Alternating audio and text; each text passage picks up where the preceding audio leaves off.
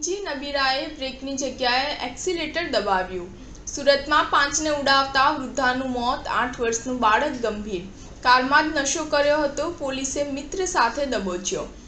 સુરતના સરથાણા વિસ્તારમાં નશામાં ચૂર કાર ચાલક જીતેન્દ્ર માલવિયાએ રિક્ષા, બાઇક અને 3 રાહદારીને અડફેટે લીધા હતા, જેમાં વૃદ્ધાનું સ્થળ પર જ મોત થયું હતું, જ્યારે ગંભીર ઇજાગ્રસ્ત 8 વર્ષના બાળકને સારવાર માટે સમ્મીમેર હોસ્પિટલ લઈ ગયા હતા, જ્યાં તેની સારવાર ચાલી રહી છે।